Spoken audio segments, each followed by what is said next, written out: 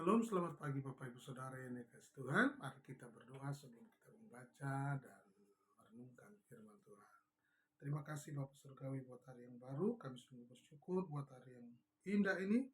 Kami diberi kesempatan hidup untuk memuliakan Allah. Pimpin sertai kami, berikan hikmat-Mu, pandaian kecerdasan, pengetahuan untuk mengerti dari pembacaan firman-Mu Bapa. Pimpin kami Roh Kudus, nama-Mu dimuliakan. Kami mohonkan dalam nama Tuhan Yesus Kristus. Haleluya. Amin. Puji Tuhan Bapak Ibu, Saudara yang dikasihi Tuhan, kita pagi hari ini masuk di dalam Kejadian pasal 2. Firman Tuhan berkata, demikianlah diselesaikan langit dan bumi dan segala isinya. Ketika Allah pada hari ketujuh telah menyelesaikan pekerjaan yang dibuatnya itu, berhentilah ia pada hari ketujuh dari segala pekerjaan yang telah dibuatnya. Lalu Allah memberkati hari ketujuh itu dan menguduskannya. Karena pada hari itulah ia berhenti dari segala pekerjaan penciptaan yang telah dibuatnya itu. Berhenti dari segala penciptaan yang telah dibuatnya itu. Demikianlah riwayat langit dan bumi pada waktu diciptakan. Ketika Allah menjadikan bumi dan langit, belum ada semak apapun di bumi. Belum timbul tumbuh-tumbuhan apapun di padang, sebab Tuhan Allah belum menurunkan hujan ke bumi.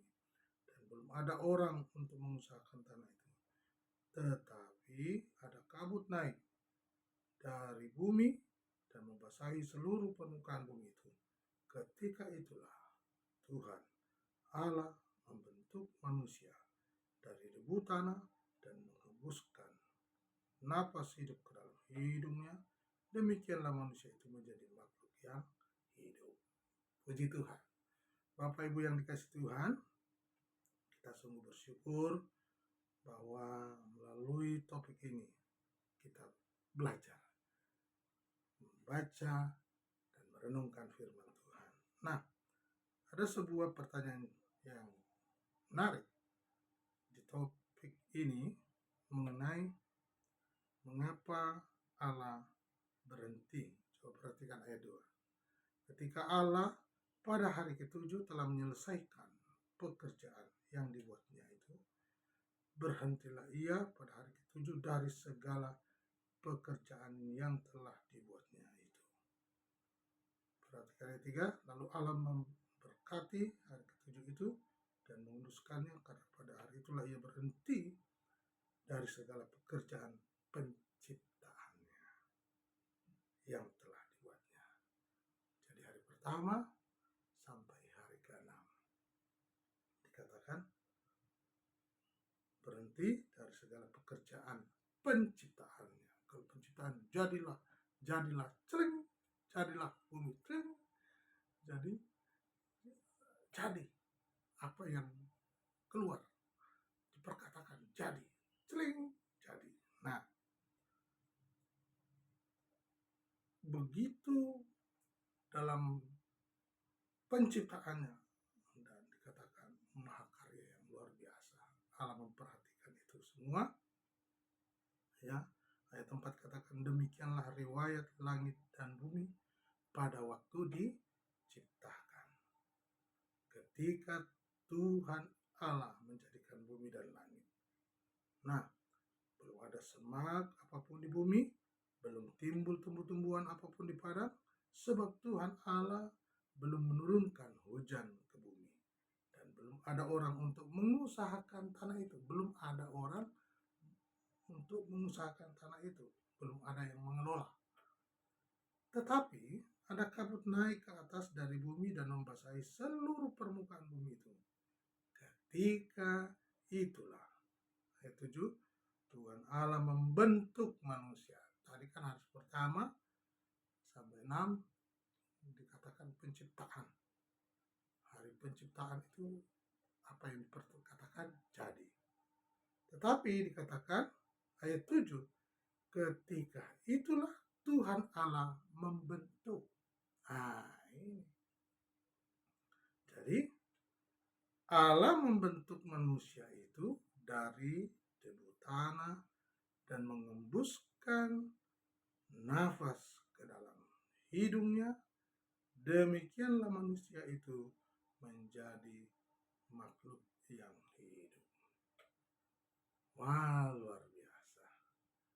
Bapak Ibu yang dikasih Tuhan, pertanyaannya kenapa manusia itu dikatakan polanya secara khusus, tidak seperti hari pertama dan keenam.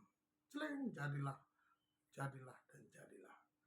Cukup dari perkataan. Tapi dalam membentuk manusia perlu dibentuk, perlu secara khusus.